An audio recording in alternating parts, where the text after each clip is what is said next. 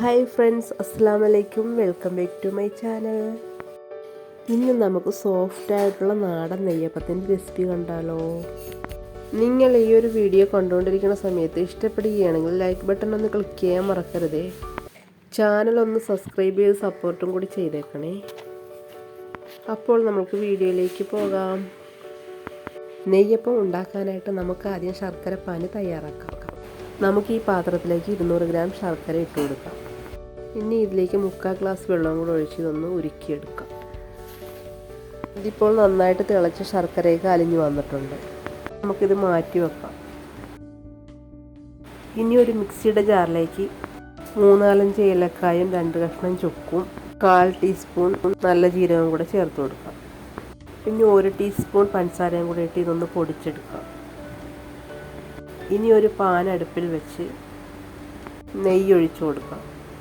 ഇതിലേക്ക് കുറച്ച് തേങ്ങാക്കൊത്തിട്ട് ഫ്രൈ ചെയ്തെടുക്കാം. തേങ്ങാക്കൊത്തൊന്ന് ഫ്രൈ ആയി വരുമ്പോൾ കുറച്ച് വെള്ളം കൂടെ ചേർത്ത് കൊടുക്കാം. ഇപ്പോൾ തേങ്ങാക്കൊത്തൊക്കെ മൂത്ത് കിട്ടിയിട്ടുണ്ട്. ഇവിടെ ഞാൻ 250 ഗ്രാം പച്ചരി എടുത്തിട്ടുണ്ട്. 3-4 മണിക്കൂർ കുതിർത്തെടുത്തതാണ്. നന്നായിട്ട് കഴുകി വെള്ളമൊക്കെ ഊറ്റി കളഞ്ഞതിന് ശേഷം നമുക്ക് മിക്സിയുടെ ജാറിലിട്ട് ഒന്ന് പൊടിച്ചെടുക്കാം. ഇതിലേക്ക് നേരത്തെ തയ്യാറാക്കി വെച്ച ശർക്കര പാനി അരിച്ചെടുത്തിട്ടുണ്ട്. അത് നമുക്കിതിലേക്ക് ഒഴിച്ച് ഇതൊന്ന് അരച്ചെടുക്കാം. കുറച്ച് തരിതരിപ്പായിട്ട് അരച്ചെടുത്തിട്ടുണ്ട്. ഇനി ഇതിലേക്ക് 2 ടീസ്പൂൺ മൈദയും കൂടെ ചേർത്ത് ഒന്നും കൂടെ അരച്ചെടുക്കാം. ഇനി അരച്ച് വെച്ച ബാറ്റർ ഒരു പാത്രത്തിലേക്ക് ഒഴിച്ചു കൊടുക്കാം.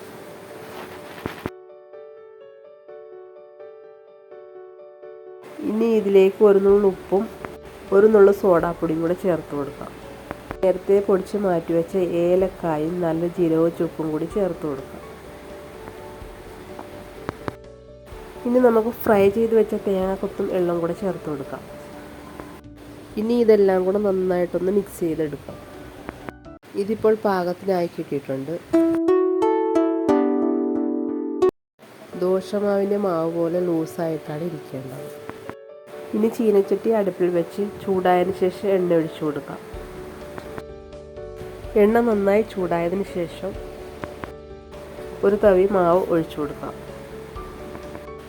ഇനി നമുക്ക് മീഡിയം ഫ്ലെയിമിലിട്ട് ഇതൊന്ന് ഫ്രൈ ചെയ്തെടുക്കാം. ഒരു വശം മൂത്തതിന് ശേഷം മറിച്ചിട്ട് കൊടുക്കാം. ഇതിപ്പോൾ ഇവിടെ ഫ്രൈ ആയി വന്നിട്ടുണ്ട്. ഇത് നമുക്കിനി കോരി മാറ്റാം.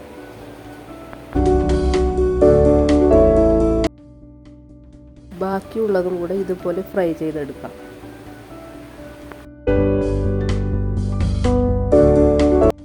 നെയ്യപ്പം എല്ലാം ഫ്രൈ ആക്കി എടുത്തിട്ടുണ്ട്. ഇനി നമുക്കിത് പ്ലേറ്റിലേക്ക് മാറ്റാം.